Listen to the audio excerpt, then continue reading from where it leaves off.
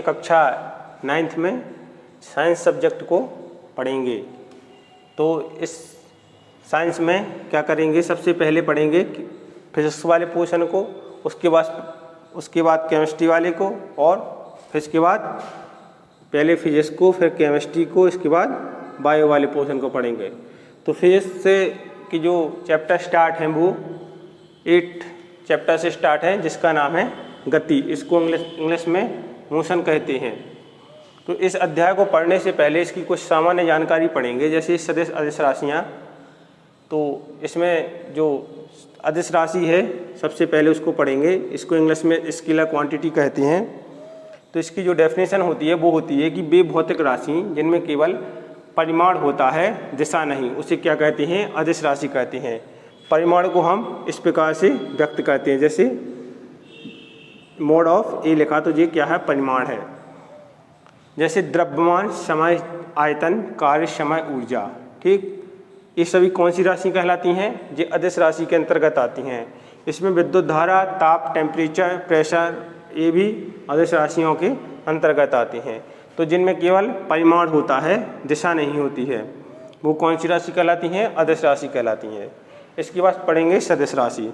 तो सदिश राशि कौन सी राशि होगी, इसको इंग्लिश में हम वेक्टर क्वांटिटी कहते हैं।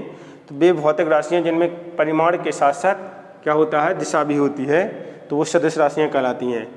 अदिश राशियों में केवल परिमाण होता है, सदिश राशियों में परिमाण के साथ साथ दिशा भी होती है, तो वो सदिश राशियाँ कहलाती हैं। इसको हम इस प्रकार से लिख सकते हैं, मोड ऑफ वेक्टर ए, इसको वेक्टर कहते हैं। ठीक, तो इसकी दिशा होती है, जैसे वेग, विस्थापन, बल, त्वरण।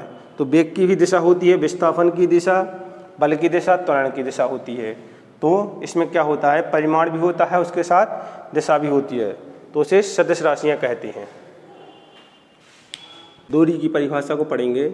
तो दूरी की परिभाषा क्या होती है, दिए गए समय अंतराल में वस्तु द्वारा तय किए गए मार्ग की लंबाई को क्या कहते हैं, दूरी कहते हैं। जैसे इसमें देखें आप कि एक बिंदु यहाँ पर है, यहाँ से चलना प्रारंभ किया है, और इस बिंदु से यानी बिंदु ए से बिंदु बी तक चलना प्रारंभ किया है। तो यहाँ पर क्या था, यहाँ पर 0 से स्टार्ट किया है, और यहाँ पर कितने 10 मीटर पर पहुँच गया है। तो यहाँ पर क्या था, 0 सेकंड था, और यहाँ पर कितना हो गया है, 5 सेकंड हो गया है। तो दिए गए समय अंतराल में यहाँ से जो यहाँ के बीच की दूरी है, यहाँ पर कितना तय किया है, 5 सेकंड। तो यहाँ पर कितना समय लगा, 5 सेकंड। तो दिए गए समय अंतराल में वस्तु, एक कोई वस्तु है, इसके द्वारा तय की गई एक दूरी है। किसने, जो वस्तु ए बी है, उसने कितनी दूरी तय की है, 10 मीटर की दूरी 5 सेकंड में तय की है। तो एक समय अंतराल में एक वस्तु द्वारा तय किए गए मार्ग की जो लंबाई होती है, जो लंबाई है यहाँ पर 10 मीटर की जो तय की है, तो इसे क्या कहेंगे, इसे दूरी कहेंगे। और दूरी हमेशा क्या होती है, पॉजिटिव होती है, क्योंकि यहाँ से उसने यहाँ तक की दूरी तय की है, तो प्लस 10 मीटर क्या है, दूरी तय की है। दूरी एक अदिश राशि है, यह अदिश राशि के अंतर्गत आती है। तो किसी वस्तु द्वारा कुछ समय अंतराल में तय की गई मार्ग की लंबाई क्या कहलाती है, दूरी कहलाती है। इसके बाद नेक्स्ट डेफिनेशन है विस्थापन। तो विस्थापन क्या होता है, इसे इंग्लिश में कहते हैं डिस्प्लेसमेंट। तो एक निश्चित दिशा में, एक कोई निश्चित दिशा ले लें, यहाँ पर जैसे निश्चित दिशा है, में दो बिंदुओं के बीच की दूरी, एक यहाँ पर बिंदु है, एक यहाँ पर बिंदु है, यानी इसको ए मान लें, इसको बी मान लें।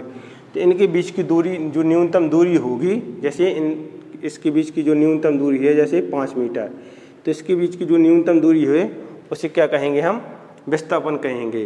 विस्थापन क्या है, एक सदिश राशि है, इसका जो मात्रक होता है वो होता है मीटर। इसको आपको याद करना है कि विस्थापन का क्या होता है, मात्रक, ऐसा ही मात्रक होता है, मीटर होता है।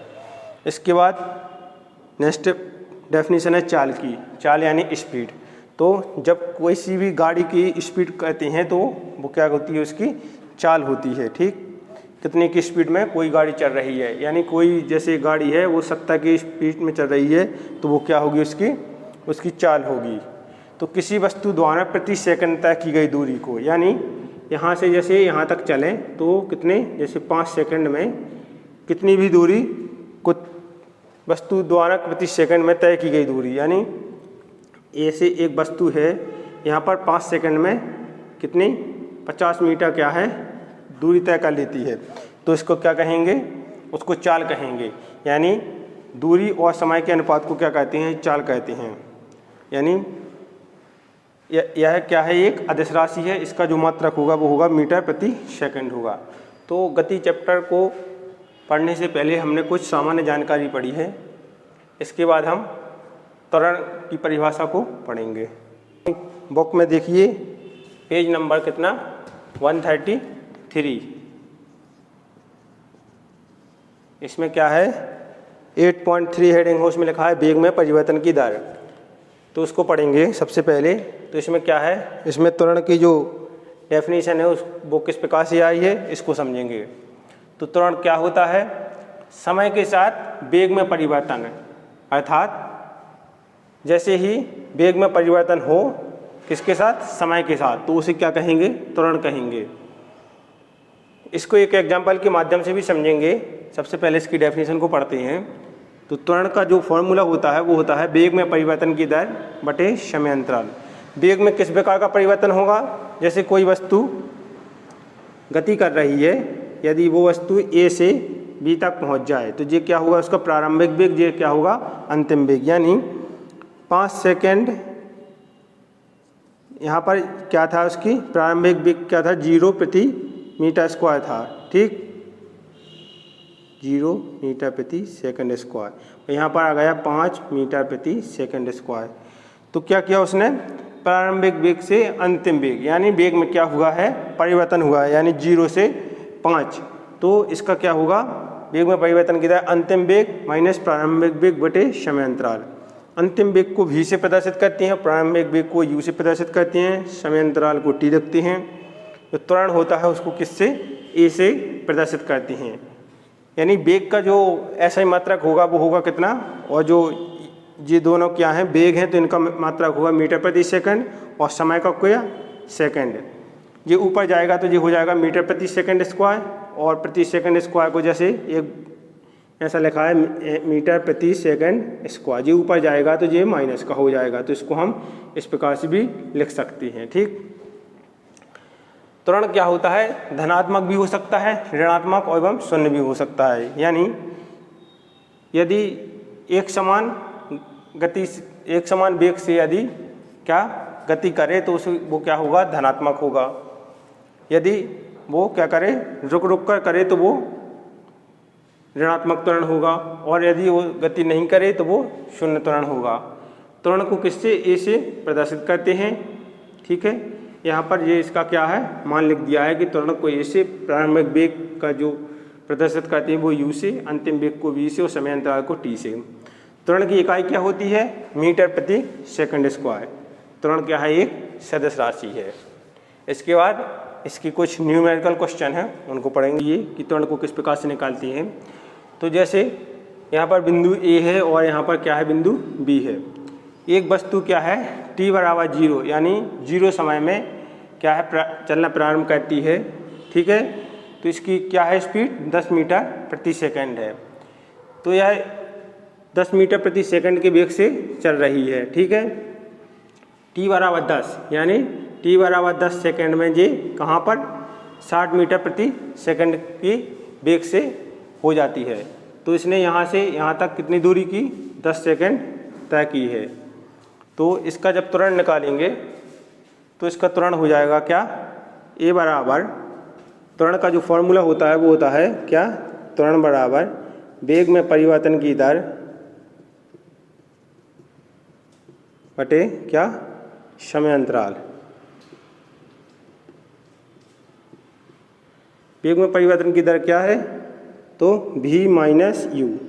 यहाँ पर क्या है, ये इसका प्रारंभिक वेग है u, और ये क्या है इसका अंतिम वेग v अपॉन कितना t। तो त्वरण को ऐसे प्रदर्शित करते हैं। तो इसका जो अंतिम वेग है वो कितना है, 60 मीटर प्रति सेकंड, और प्रारंभिक वेग है 10 मीटर प्रति सेकंड, और इसका जो समय अंतराल है वो कितना है, 10 सेकंड, ठीक। अब क्या करेंगे, इसको 60 में से 10 घटा देंगे तो ये हो जाएगा 50 मीटर प्रति सेकंड अपॉन कितना 10 सेकंड। 0 से 0 कैंसिल हो जाएगा तो ये कितना निकल कर आ जाएगा 5 मीटर प्रति सेकंड स्क्वायर। ये क्या हो जाएगा इसका आंसर। तो इस प्रकार से हम क्या कहते हैं, हमारे पास प्रारंभिक वेग और अंतिम वेग हो और इसका जो समांतराल दिया गया हो तो हम त्वरण ज्ञात कर सकते हैं। दिया गया है उसको सॉल्व करेंगे। तो इसमें लिखा है कि विराम अवस्था से राहुल अपनी साइकिल को क्या करता है, चलाना शुरू करता है। तो यहाँ पर क्या है, ये विराम अवस्था है। ठीक, यहाँ से क्या की, राहुल ने साइकिल चलाना प्रारंभ की और वो 30 सेकंड में कितना वेग प्राप्त कर लेता है, 30 सेकंड में समय t बराबर 30 सेकंड में वो 6 मीटर सेकंड इनवर्स क्या कर लेता है, वेग प्राप्त कर लेता है। इसके बाद उसने क्या किया कि ब्रेक लगाया, यहाँ से उसने ब्रेक लगाना प्रारंभ किया और यहाँ पर उसने ब्रेक लगा लिया। तो जो वेग था उसका 6 मीटर प्रति सेकंड वो घटकर कितना बचा, 4 मीटर सेकंड इनवर्स, यानी 4 मीटर प्रति सेकंड उसका वेग बचा, यानी 6 से 4 मतलब वेग कम गया है। ठीक है, तो अगले 5 सेकंड में कम होगा 4 मीटर सेकंड इनवर्स हो जाता है। तो दोनों स्थितियों में क्या करना है, इसका त्वरण ज्ञात करना है। तो एक स्थिति यहाँ से बनी, उसने जब विराम अवस्था से साइकिल चलाना शुरू किया तो क्या हुआ, इसका वेग बढ़ा, 0 से कितना हुआ 6 मीटर प्रति सेकंड हुआ। तो ये क्या है, एक स्थिति ऐसी बनी। और सेकंड स्थिति में क्या हुआ कि यहाँ से उसने ब्रेक लगाना आरंभ किया और यहाँ पर उसने ब्रेक लगाया तो इसका वेग क्या हो गया, कम हो गया, यानी 5 सेकंड में इसका वेग कितना कम गया। ठीक, इस प्रकार से दोनों स्थितियों में क्या करना है, इसका त्वरण ज्ञात करना है। तो सबसे पहले हम फर्स्ट स्थिति लेंगे, ये वाली फर्स्ट स्थिति है और ये वाली सेकंड स्थिति। तो फर्स्ट स्थिति में क्या देखेंगे कि जो विराम अवस्था थी वहाँ पर उसका वेग क्या था, 0 मीटर प्रति सेकंड। तो इसका जो प्रारंभिक वेग होगा उसको हम किससे, u से प्रदर्शित करते हैं। तो इसका मान होगा u बराबर 0 मीटर सेकंड इनवर्स।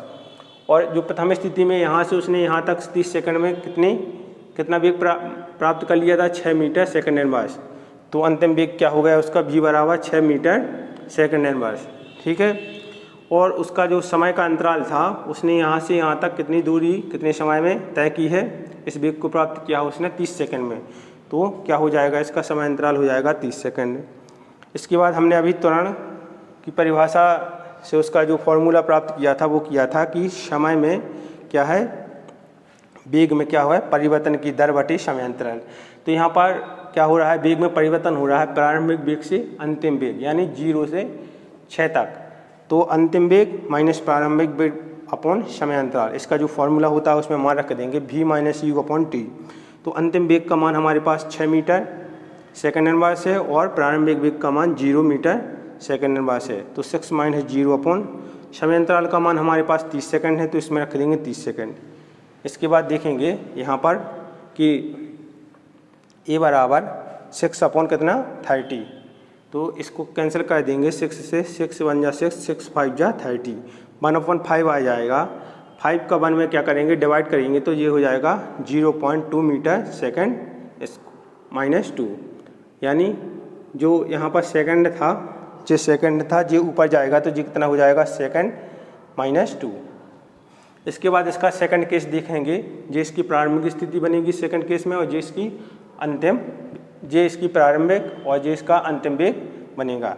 तो सेकंड स्थिति में देखेंगे प्रारंभिक वेग का मान कितना हो गया, 6 मीटर सेकंड इनवर्स, ये इसका प्रारंभिक वेग हो गया u और ये हो गया इसका v, और इसका जो अंतिम वेग होगा वो होगा 4 मीटर सेकंड इनवर्स। इसका जो समय अंतराल होगा वो कितना, 30 सेकंड से 35 सेकंड, यानी 5 सेकंड का समय अंतराल है इसमें। तो t का मान होगा 5 सेकंड। इसके बाद त्वरण का फॉर्मूला लगाएंगे तो त्वरण a बराबर v माइनस यू अपन कितना हो जाएगा, t हो जाएगा।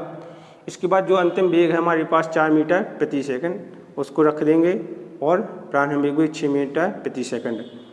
तो इसमें से 4 माइनस 6 कितना हो जाएगा, माइनस का 2/5 मीटर सेकंड माइनस 2। यहाँ पर जो सेकंड ऊपर जाएगा तो सेकंड इनवर्स से सेकंड माइनस 2 हो जाएगा। ठीक, इसका 5 का माइनस 2 में क्या करेंगे, डिवाइड करेंगे तो ये आ जाएगा माइनस 0.04 मीटर सेकंड माइनस 2। तो इस प्रकार से जो राहुल ने की 2 स्थितियां बनी हैं, इसमें क्या हमने प्राप्त किया है कि जो प्रारंभिक स्थिति थी इसमें क्या है, त्वरण इसका क्या आया है, प्लस का कितना आया 0.2 मीटर सेकंड -2। यानी इसमें क्या है, इसमें जो इसका वेग है वो क्या है, इसमें त्वरण आया है धनात्मक त्वरण, और यहाँ पर उसने ब्रेक लगाया है, इस प्रकार से इसका वेग में क्या हुआ, परिवर्तन हुआ, इसका वेग कम गया तो यहाँ पर क्या हुआ, वेग का जो मान आया है वो आया है ऋणात्मक त्वरण। तो इसमें प्रथम स्थिति जो है उसमें आया है धनात्मक त्वरण, जो सेकंड स्थिति है उसमें आया है ऋणात्मक त्वरण। इसके बाद नेक्स्ट ये, तो इसमें क्या है कि औसत चाल का जो फॉर्मूला होता है वो होता है तय की गई दूरी बटे कुल समय अवधि। यानी इसमें क्या है कि वस्तु द्वारा इकाई समय में तय की गई दूरी के उपयोग को उस वस्तु की दर प्राप्त की जा सकती है। इस राशि को क्या कहते हैं, हम चाल कहते हैं। तो अभी हमने क्या है चाल की डेफिनेशन पढ़ी थी।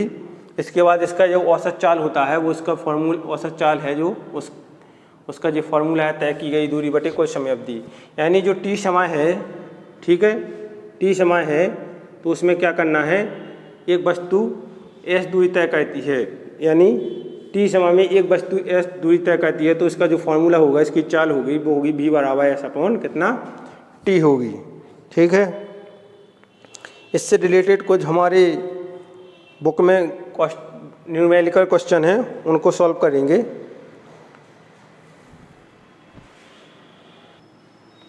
इसके बाद इसका एग्जाम्पल है, एग्जाम्पल नंबर फर्स्ट, ठीक,